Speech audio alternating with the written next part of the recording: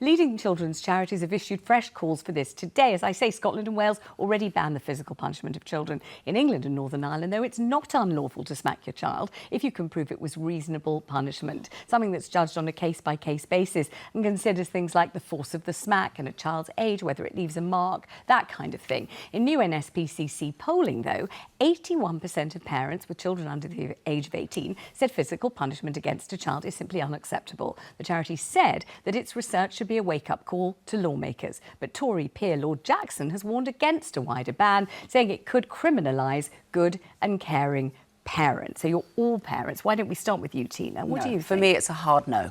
It's an absolute hard no. I can't see what it does. I think it's... I would like to know why we're still talking about it. Why is it possible that we can still smack children? I think we're still talking about it because there are many parents, because I've been, talking about this on radio and TV for years and years, who ring up and say, I was smacked, it was the making of me, my parents did it to me, I do it to my children. And also people who think but that's the problem. It takes the argument out. If you just give the smack, you've given the smack, then you move on, rather than having a whole discussion. I think it makes children afraid of their parents, and I don't think that's the right thing. I think talking is the right thing. Have you ever been tempted? Never, not once. How old are your children now? I mean, I raise my voice and I give them a stern look, and they call me a shark sometimes because they think I'm like going to bite them. But I don't physically do anything, of course. But it's a stern look and a raised voice, perhaps, but never any physical. I cannot... You can tell me something different. I can feel the energy. It's just beyond me. Let's go to hard Clare. no. Well, look, whilst obviously any form of violence shows a lack of control, OK? So no one's advocating a beating of the child. However, I do think it's important that parents have the responsibility of ownership of their own children and ownership of the way that they discipline their children. I have 4. I've smacked all 4 of them, and that was a short, sharp shock. They didn't do it again, and I don't know about you, Tina, but or you, Marvyn, I could not reason, and I don't think anyone actually can, with a toddler. And if you have a bird's eye view on any nursery, either it be in Scotland, Wales, England, Northern Ireland, are you telling me those kids that have never been smacked aren't biting, pushing, nipping?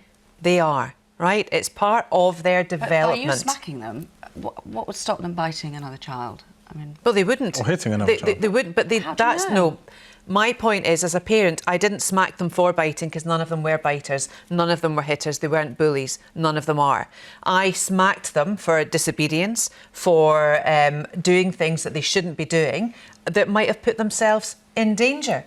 And the other difficulty, as the peer Lord Jackson has highlighted, it would be very, very difficult to prosecute a family or parents or those with parental responsibility. It will take time up in the courts. It's the burden of proof. It's the beyond reasonable doubt. It's the calling of social services. I think there are enough safeguards in this country at the moment that will dispel any need for any bans against children, against violence against children, of parents doing their job. What do you think, Marvyn? I think I'm even more convinced that I hate the idea of it. It's more, for me, it's more about the relationship. And I think I've built a relationship with my children that doesn't even require anything close to the matter. And I think what we need to do is have parents improving their skills in terms of dealing with children and young people.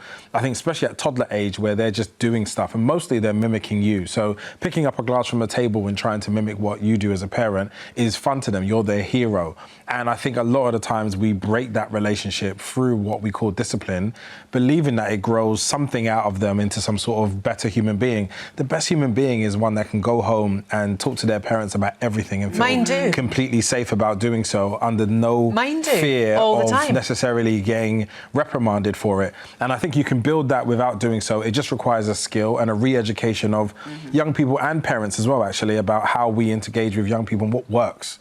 Working is the #1 measurement for me. Were you ever smacked as a child? When I was a lot younger, and I think it didn't necessarily create any form of anything for it. And when my mum stopped, probably before I was in secondary school, she stopped doing that, our relationship got so much better.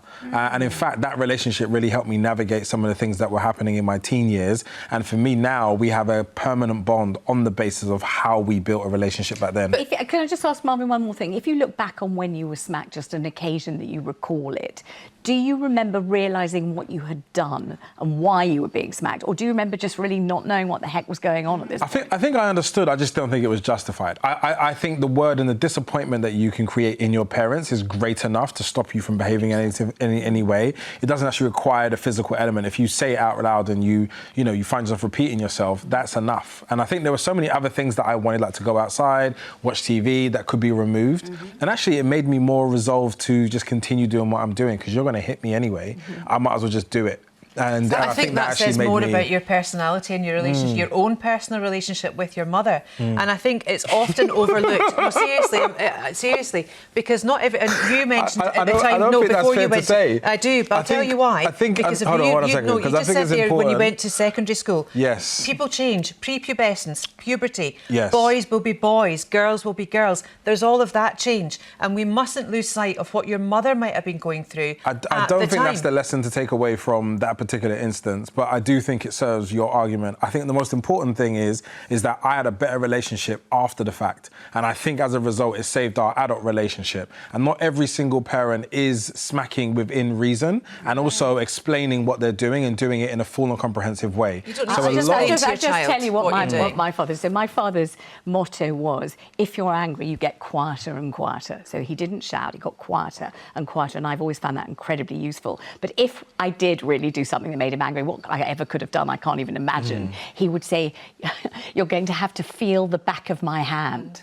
Then he'd put his hand out and I'd feel it, and that would be that. The only time I was ever smacked in my entire life was when I got lost on a beach in Mallorca and they thought I'd drowned. And when I was found, I think a couple of hours or an hour and a half or something later by a hotel manager who did find me, I think my father was so overwrought, relieved, that he really smacked me hard, and I'll never forget it. I think I was about 4 or 5, and it's the only time I was ever smacked, and I didn't smack mine. I just couldn't raise my hand to them because I loved them. I couldn't do because I love you.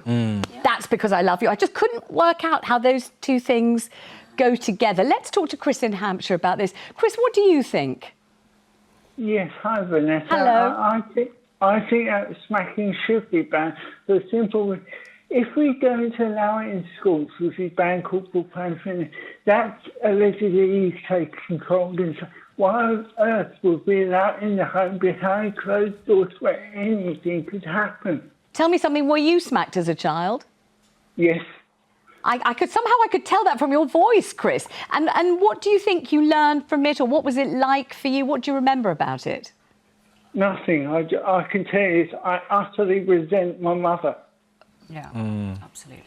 And do you remember kind of knowing what it was you'd done wrong? Had you done anything wrong? What was it? I think the one instance I can remember, I dropped some food or threw some food on the floor, but that was it. But yeah, I absolutely resent, because I had my trousers and pants pulled down. It's humiliating. Humiliating, yes. And how old are you now, if you don't mind my asking? Me, I'm now 46. Right, and you're still full of sort of resentment and upset because of it. It's very interesting that you feel that way still and so vividly, and I really appreciate you phoning. Lots of love, thank you. Let's talk to Elizabeth in Dundee. What do you think, Elizabeth? I don't think it should be banned. Parents should be able to control their children the way they want to, and especially in safety. Safety modes, like if you can't go near the electric plug, or you give him a wee smack so that he knows that you can't do that. Hot tea, holding your hand across the road. If he stops doing that, you give him a little tap, and then he knows not to do it. I mean, Tina's shaking her head. I think I would be shaking mine too if I were not listening so politely. What do you think of that? Well, I just think they're not going to learn from that. What about trying to talk to them? Or what about you don't put them near the hot tea? Yeah. How about you're the adult and you move the hot tea away rather than smacking a child for going near something that you have left in a dangerous place? How about that? Or how about they're a small child, so you don't let them cross the road? You don't give them a smack for running in the road. You make sure they don't cross the road because you're the parent and you're in charge of them, looking after them. Elizabeth, you're in Dundee where it's already been banned, though. Oh, yeah, it's banned. But what I'm getting at, Vanessa, is a little shock like that could save them later on, when you're not there at the back of them, Right. no woman could be beside that child all the time. So you're in Dundee where it has already been banned. Do you Yeah. think people have taken notice of this? They've sort of got it on board. They realise that it's considered wrong. It's against the law. So they won't be giving sharp taps and smacks to the back of the legs and all the sorts of things they used to do. Or do you think everyone's just ignoring it and doing exactly what they did before? Well, I think they're doing exactly what they did before. Yeah. But what I want to say, Vanessa, in the animal world, the animals give the wee pups and that a wee bite if they're doing things wrong. They do?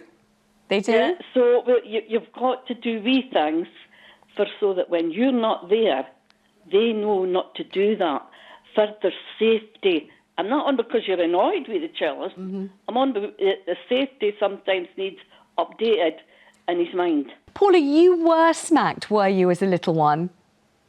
Yes, I was. And what effect do you think it had on you being smacked? I was frightful as a child because I was always worried that I was going to get a smack. There was just the two of us. Uh-huh. And now that I'm older and I have children of my own, I don't smack them because I don't want to inflict the same kind of fear that I had growing up. That's what Tina said. You said you 100%. wouldn't want your children frightened of you. Exactly. Yeah. I think it just instills that they're going to be scared and hide things from you rather than talk to What you. had you done, Pamela, when you got smacked? What sort of things? Paula, what had you done, Paula? Oh, just little things. I had a younger brother. Yeah. And I felt like because I was the oldest, it was a case of you were the eldest one, you should know better. And it was a West Indian background as well. Right. So they were quite big on discipline. So, it kind of went part and parcel. And tell me something, bringing up your own children, did you ever think, look, I've asked you not to, I've told you not to, I've threatened you, I've said I'm going to punish you, I've got no choice but to smack you, or were you always able to think of something else? I was always able to think of something else. It was like, you won't be going on such and such a toy if you don't stop doing this. And my youngest son is 11 now. And even now, I mean, he's quite a sensitive child, but I only have to shout, shall we say, and I barely have to shout at him, and he will cry because it's not something that happens all the time. So he knows, and I don't have to raise my hand to Paula, him. lovely to hear from you. Thank you so much. Let's go to Pamela in West Yorkshire. What do you think, Pamela? No, I don't think it should be banned at all. I'm sorry, but I was smacked as a child. I smacked my own children. It's a difference between a tap and a smack or a beating. It was a tap on the back of the legs, and they knew exactly what they'd done. What had they done? To me. What had they done? What were you smacking them for? I don't know, Vanessa. I'm 80. And I was thinking, you think they'll learn, they'll never do it again. And then what are these terrible crimes that all these quite small children are committing? What I wondered what they'd done that they had to keep learning about the whole time. I can't remember. I'm 80 years old. I cannot remember what I did yesterday. I can't remember what I did yesterday either. I really appreciate that call. That's brilliant. How lovely to hear from you. How nice. Thank you so much. Let's go to John in Glasgow. John, gosh, you were properly seriously hit as you were being brought up. John, hi. Hi. Hello. They used to hit you with a belt, I hear? John, you're on the television. Are you there? Yeah, definitely. Okay, well, tell me about it. Yeah, and it was a total different experience. Yes. Yes, definitely. Can you hear me? I can hear you. You really would be good if you turned off your TV, because I think you might be hearing me twice or three times at once. That's the problem, John. I tell you what, we'll speak to Kevin instead and maybe go back to John if we can. Kevin's on the line in Oxfordshire. Kevin, what do you think about smacking? It's not a shout. Basically, because people are different now, rather than when my parents was always, they could go too hard, too bad. Police can't even touch a kid nowadays. I think it shouldn't be banned, but people now, like my dad, never touched anything on me. My mum used to use a wooden spoon across the backside, and it broke once. Gosh, wow. Gosh, she was going some with that wooden spoon. Yeah. You're breaking on your bottom. That must have really hurt. Do you remember what you'd done wrong when she broke the spoon? What did you done? I think I had an air rifle or something like that. Oh, okay. All right. So she was pretty angry. All right. That's another story. I wouldn't go down that route. How did you get it? Don't shoot that one. Let's go back to John in Glasgow, who I think has turned the telly off and now can talk to us. Hi, John. Yeah, hi, Vanessa. Hello. So you got smacked with a belt, I heard. Is that right? Yeah, that's correct, and it stayed with me for the rest of my life. Really? And when you say stayed with you, in what way? What do you think it did to you for the rest of your life? Emotionally, physically, it's affected me, and I wouldn't put it on any child at all.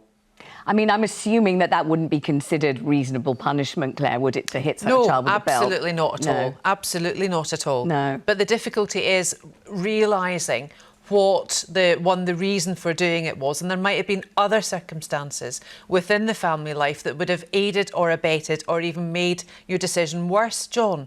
And what I am saying is, whilst it's difficult to put a blanket ban on parents using reasonable force or using their skills that they have, being a parent is the toughest job you could possibly have, and it's one that you don't always want, and it's one that you don't always ask for. There, but by the grace are the children that are there. Okay, I'm going to bring in Marvyn and Tina because they're both looking... You're an adult that's 5 times the size of your children, and you're standing there over them and you're hitting them while probably yelling at them and pointing at them, and you believe somehow this is going to transform them in a positive way.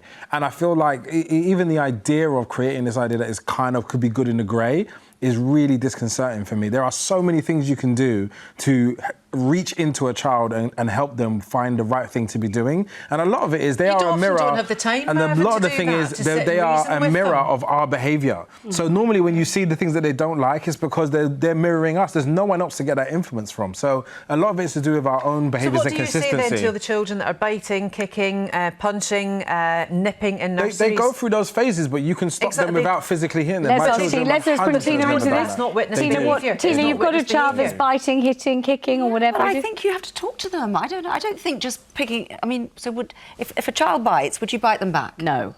Right. Definitely not. No, I'm saying in a nursery environment, Yeah. These kids get together and that's what they do in nursery. Are you trying to tell me that's them. all learned? Separate them, yeah. Are you trying to tell me that's all learned behaviour from a point that you've just made? It's not learned behaviour Of course from it's the not parent. learned behaviour. Yeah, but there's multiple things going into your children, That's but the what biggest I've said. influence is your parents. That's If what your I've said. response to them doing things that you don't like is to hit them, and you're 5 times their It's size, one it creates of the inequality, and you responses, don't do that Marvyn. as adults. That's the saddest part. Let's bring Melanie in. advocate that as Melanie's in adults. South Manchester and she's not keen on smacking. Are you, Melanie? No, there's nothing positive that's come out of smacking at all. Nothing positive. And you don't know what it might lead to in the future. You know, domestic violence, the fear of people, no, it's just wrong. And tell me, I don't know if do you have children of your own, Melanie? Yes, I do. And yeah. so if they were defiant, which they can easily be, if they were sort of really repetitive in whatever they kept doing, although you told them not to, and it all just felt too much and too repetitive, what would you do? How would you deal with it? Don't get me wrong. I felt, frustrated because you smack out of frustration of things yourself. And, but I've always tried to explain things to them. Yeah, I've tried to give them time out, and sometimes it's really hard. I remember it well. And the two of them could be going on with themselves and, but smacking would not, it might shock them in the short term, but then they think smacking's all right, so they go and smack the brother or smack the sister, and it carries on.